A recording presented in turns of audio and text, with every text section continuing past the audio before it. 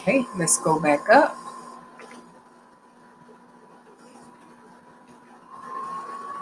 In our session today, we're going to talk about these are the things that we're going to talk about.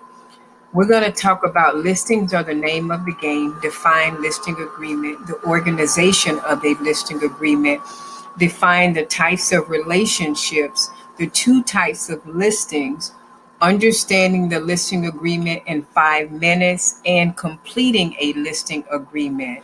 And if you have any questions, definitely feel free to reach out to me. Listings are the name of the game. At K1, we are always talking about the PEEL formula. The PEEL formula stands for prospect, invest, listings, and learning. Those are the key components if you are going to be successful in real estate. If you notice when you go to any webinar or seminar or workshop or any type of real estate training, top producers are always saying that listings are the name of the game. Reverse the buyer's energy. What I mean by that is that if you put the same amount of energy, if you put the same amount of follow up, if you go to all your showings when you get a listing, if you give your seller a follow up call weekly, if you do all of those things that you pretty much do with a buyer and you start doing that when you get a listing, then you will begin to get more listings because a lot of times the average agent does not do that. They put so much energy in a buyer, and I'm not saying there's anything wrong with it, but you need to take that energy and apply it with your seller as well. When you have a listing, you are the employer. You have all the other agents that's looking for properties for their buyers that they're working for you. While you are in Hawaii somewhere, then you'll notice that you don't have to be there if you're not going to show your listings, or you can send one of your colleagues there, but you're the boss. When you work with buyers, you are the employee, and you always want to be the employer. 10 listings. Once you get 10 listings in the pipeline, then my suggestion is time for you to start to build a team. When you have 10 listings at one time, my suggestion again is for you to start building a team. And when you work on bringing value, and what I mean when I was saying the same thing about reverse the buyer's energy, then you can bring value to your seller. And when you have value, you can show them how awesome of an agent you are. And then at some point, you may be wanting to do 7% as opposed to 6% commission because you have value and your work will produce and speak for itself. Role play on listing agreement. If you're not role playing, if you're not reading scripts, then I suggest that you should do. You should role play on a listing agreement. You should role play on your listing presentations all the time, and you should do this daily. If not daily, you should at least pick a few days out of the week where you're consistent role playing. Define the listing agreement. A listing agreement is just a contract between the seller and the brokerage to come together and say, hey, Mr. Seller or Miss Seller, we're going to sell your house to the best of our ability. With this listing agreement signed, it's not a guarantee, but we're going to do everything within our professional work ethics to sell your property with the know-how and the language and everything else that goes with it. We're going to do our best to sell your house. And contract for services, it has to be in writing. Yes, it does have to be in writing. Nothing can stand verbally. Signed, it has to be signed by all parties. Definite expiration date. Normally, a listing agreement is for a year. You can put it for 6 months. We do not, at K1 Realty Group, we do not get a listing less than 6 months. You can have a listing 2 years, but that's not feasible for the seller. Normally, again, the listing agreement is for 1 year, but there's no definite expiration date. It's up to the discretion of the seller. and the agreement that you all come in. Have to have the description of the property. Yes, you do. The price and terms has to be noted on the listing agreement, and the fee, a flat fee or the commission. The organization of the listing agreement. It is a pre-printed agreement. If there are extensive modifications on the listing agreement, something that an attorney um, probably needs to be involved with, if the modification, if it's basic, if it's within your realm of work, then you can add it on that pre-printed agreement. But if it's not, then your suggestion to your seller is that they go seek an attorney and have them write up the listing agreement. We have to be mindful that we are not attorneys, we're not CPAs. We have to stay within who we are and in our profession. We are a licensed real estate agent. Fill in all blanks and boxes. Every line you'll see that there's a number on the side. There's also an asterisk. You'll see the line numbers, which makes it easy. Anytime you have to fill in a blank or a box, then there's an asterisk on your listing agreement. You'll note it on all the numbers. There's something, and you can just tell your client, hey, Mr. or Mrs. Seller, look at line 10. And now they can go right to that line. So there's no difficulty showing them where they need to be. Acknowledgement of receipt of page is page 1 of 4, page 2 of 4, page 3 of 4, page 4 of 4. That's easy, and that's great because it lets you know when you get your listing agreement back from your seller, or if you have to send it, that all the pages are there because they're in order. 1 of 4, 2 of 4, 3 of 4, 4 of 4. And all the paragraphs, they're subtitles, and they're going to tell you, when you see the subtitles, they're going to tell you what this paragraph is going to be about. Don't exclude not reading the whole listing agreement because of what the paragraph says, because you want to read every line on the listing agreement so you'll understand it and your client will understand when you sit down there at your listing presentation. The 3 types of agency relationships: a transaction broker, single agency, no brokerage relationship. Those are the type of listing agreements that we have. Transaction broker, in the state of Florida, by statutory default, we are a transaction broker. Single agency, the only time that a broker will say that they're a single agency, when they try to market as if they're the exclusive company working with that particular client. No brokerage relationship. That's when you still have a relationship, but that's when the brokerage, the agent does not do a whole lot of work. They kind of like push papers around.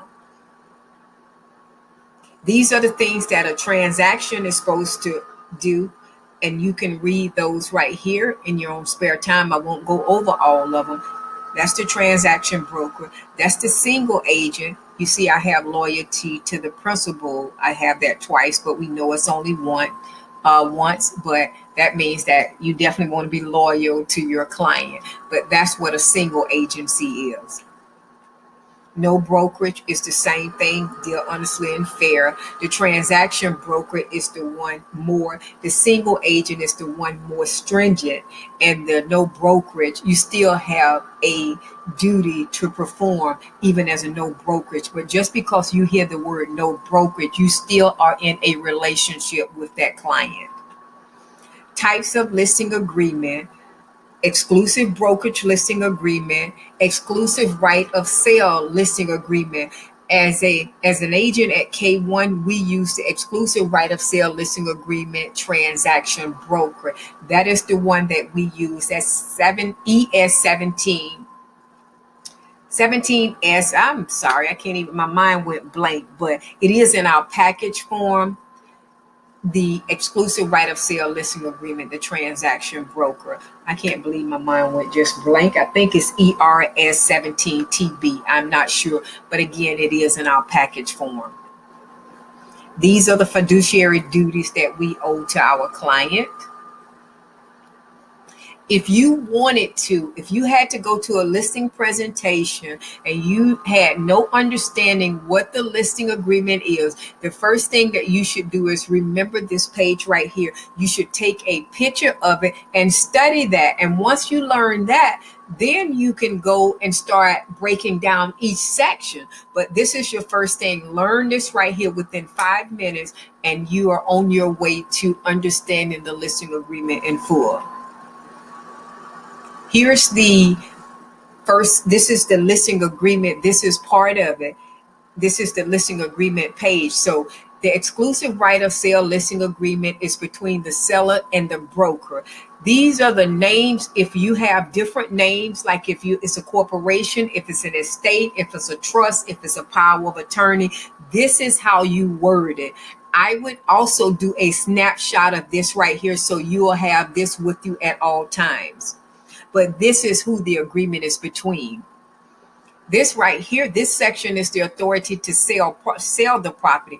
This seller gives the broker exclusive right to sell the property. It has the time frame on this right here, and everything has to be done from a place where there is no regard to race, no color, religion, sex, handicap, etc. And also this certifies that the seller is legally entitled to convey the property and all improvements, and say, hey, I have the authority to tell you to sell my property.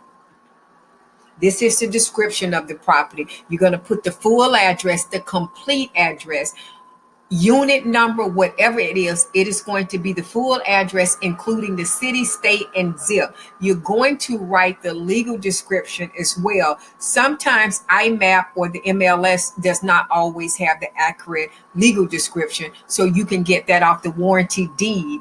And if you need to know how to get the warranty deed, then just send me an email and I'll give you a step-by-step to follow it and get it off the warranty deed. But you can't go by the legal description. Also, the property, personal property, whatever the seller is going to leave it in the house, you have to state that. And what's important right here is that make sure you state it. And when you get an offer on the property, also make sure that there's a section on the contract that says everything, like washer, dryer, stove, refrigerator. If the seller is not going to leave the refrigerator, make sure you look at the contract and you scratch it out. Because if you do not scratch it out, then somebody's going to be held liable, or that could be a deal breaker at the end. And you don't want that to be a deal breaker. Property is or is not currently occupied by a tenant. If the property is, right when the lease term expires, so that when you get ready to put your contract, you can pass that information on to the title company, because there may be an exchange of security deposits, etc. Paragraph just talks about the price and terms. You're going to put the price in 22A, and you're going to put the type of type of financing term, seller, whether it's a cash, conventional, VA, FHA. Normally, seller does not hold purchase money, mortgage. It is possible. Most times, that's not the average way that the property will be financed. Assumption of existing mortgage, you don't have to do anything with that. We probably don't know if it is an assumption. If it is, and the client wants to do it, you will have to do your due diligence and find out the criteria from the bank. Most times we don't do that. We used to do that back in the days when the interest rates were like 17, 18%.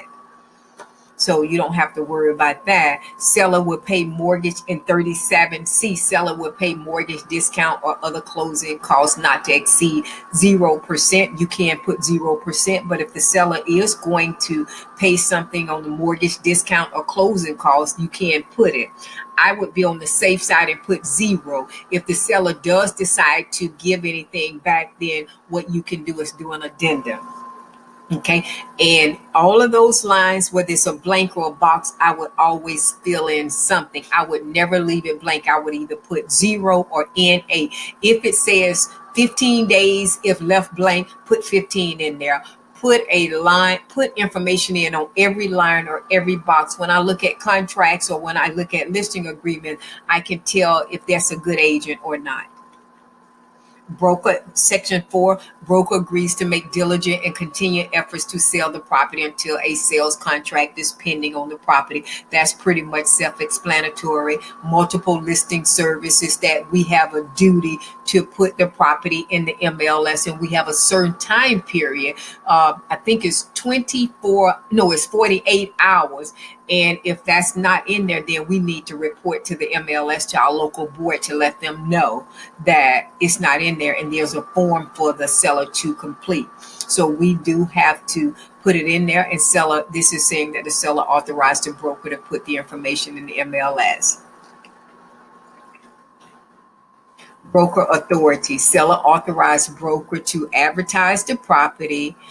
Most times we do advertise the property on the internet. If the seller refuses for the property to be advertised, display the property on the internet except the street address, or seller does not authorize broker to display the property on the internet. If one of those is applicable, then we would check one. If not, we leave it blank, and we make the seller still will initial line number 55.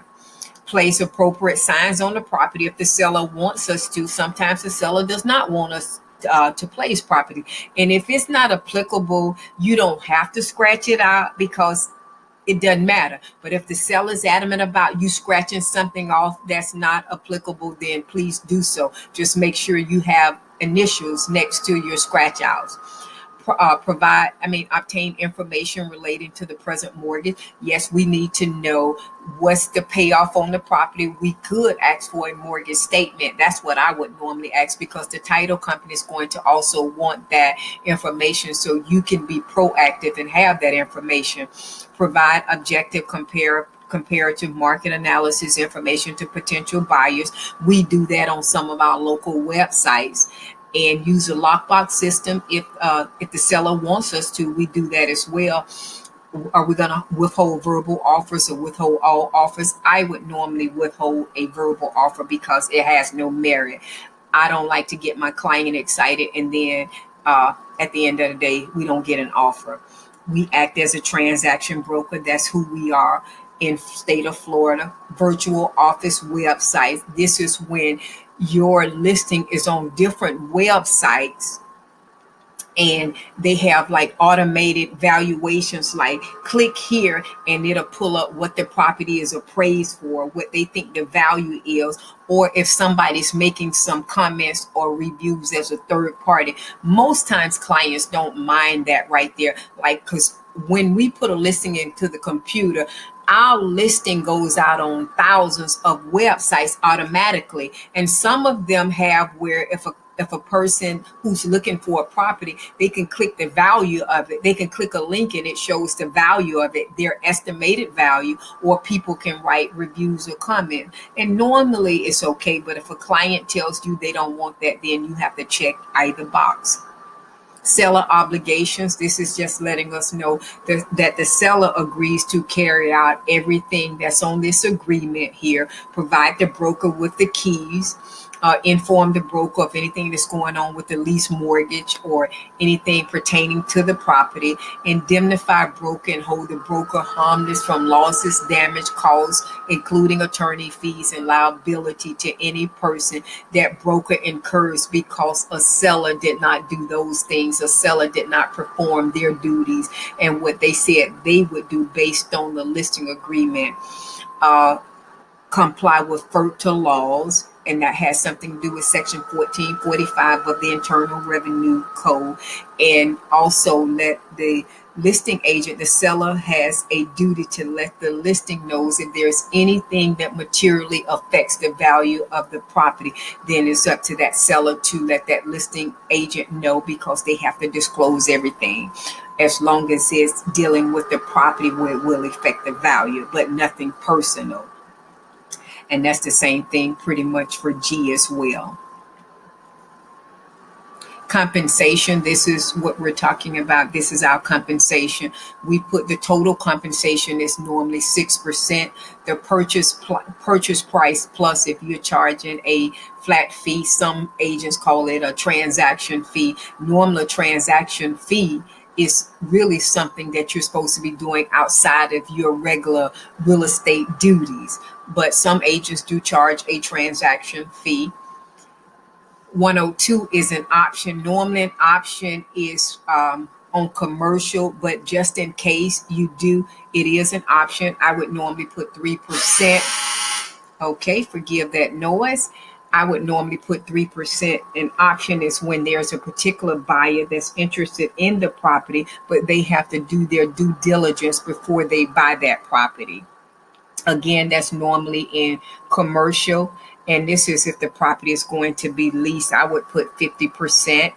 Broker's fees, I come down and put broker's fees. The broker is entitled to their commission, and I put 90 days after the termination date because the broker is entitled to their commission if they perform everything that they're supposed to do on that contract. And the reason that we have a termination period because a protection period, because there are some times that the seller wants to do something kind of sneaky and then try to sell it to somebody that the agent has brought to the property. So all of those things that you have to be mindful of. The retained deposit, if they have a contract on a property and then the buyer default, that when the escrow money is in jeopardy, if the buyer put $5,000 in escrow, and then if you put 50% here, that means that if the seller gets that money, then you get 50% of that money. Sometimes agents get nothing because they said, let the seller have it. They've taken their house off the market, and that's for them. So that's your choice. You have to use your discretion. This is when you cooperate with compensation to other brokers. This is where you put their commission. If you notice, is to a single agent, to a transaction broker, to no brokerage, and that no brokerage really just put the property on the market and say, hey, I'm going to push the papers, but I'm not going to. They can't offer any advice. The only thing that they can do is push the papers and put it in the MLS, though. I put 3% for everybody, but you can change the commission split. You can change it to a single agent, 3%, to a transaction broker, 3%, to a broker who has no brokerage relationship. You can put 1%, or you can put all three. That is your choice. You are entitled to do that if you want to. Brokerage relationship, that goes to show you that we're acting as a transaction broker.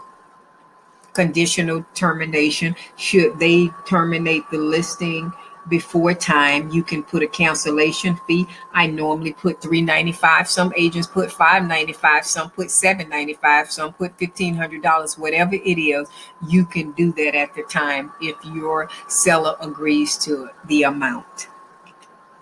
Dispute resolution. If there's a dispute, this is what the contract is saying. Okay, well, if you all cannot figure out and come into an agreement, then what happens, the first step, it has to go to mediation. Anybody can be a mediator, or you can go under the American Mediation Association. And if you all can't come to a mutual agreement at that point, then it has to go to arbitration, and you can read what happens, who's responsible for the cost and so on. Normally it's split. Miscellaneous, this agreement is binding on seller and broker's heirs, personal representative, etc. What they're saying is that if the person who's listing this property, if they pass, this listing agreement is still good. If the broker of the company passed, then this listing can be transferred to another brokerage. You can use electronic signatures, and the term buyer as used in this agreement includes these names right here. That's the miscellaneous section. And you can write additional terms, whatever it is that the seller comes up with. Normally what I put in here, the house is sold as is, because I like to sell most of my properties as is. And you all come up with the additional terms the seller will. But if it's something that's extensive, then you are going to tell the seller to seek an attorney. And you complete this information right here. On line 178, the broker does not have to sign it. It's the sales agent or the broker. So the sales associate, you can sign that, and the broker does not have to sign that. And copy return. Make sure you do give your seller a copy of the listing agreement. I would normally give my seller a copy of the listing agreement within 24 hours from the date they signed it, if I don't give it to them at the same time. But you definitely want to give them a copy, and you also want to put a date, because sometimes to make yourself that A1 agent, you put a date in there and then you put email, fax, mail, or personal delivery. But make sure you complete it, because you are going to give them a copy of the listing agreement, and you should. In Florida, real estate usage and copyright protection, that you cannot copyright this here for your own benefit. You cannot. This is by the Florida Realtors. They're the ones who created this listing agreement, and you can't use it for nothing else than us selling it and listing it with the client. And that's about it. And you cannot copyright, because they have copyright rights and it's protected. And this was just some extra information under section 1031. That's the 1031 exchange. And that's when it says other, when it asks type of financing, you could even use the 1031. That would be considered under other section 1031. That's miscellaneous information. And if you have any questions for me, do not hesitate to give me a call, and I'll be more than glad to answer you. I hope that this helps you a little bit. But practice the listing agreement role play.